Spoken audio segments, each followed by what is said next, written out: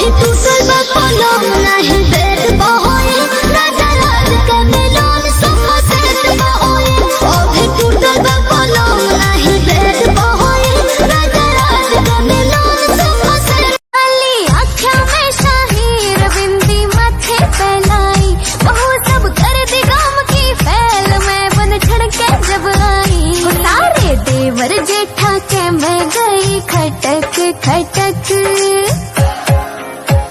हो गजका घूंघट काड़ चाली मैं तो मटक मटक गजका घूंघट काड़ चाली मैं तो मटक मटक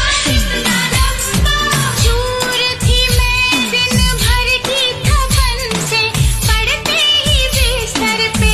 सो गई मुझको राणा जी माफ करना गलती मारे से हो गई। पूछा हमने उनसे कि भुला दिया हमको कैसे, तो कहने लगी ऐसे ऐसे।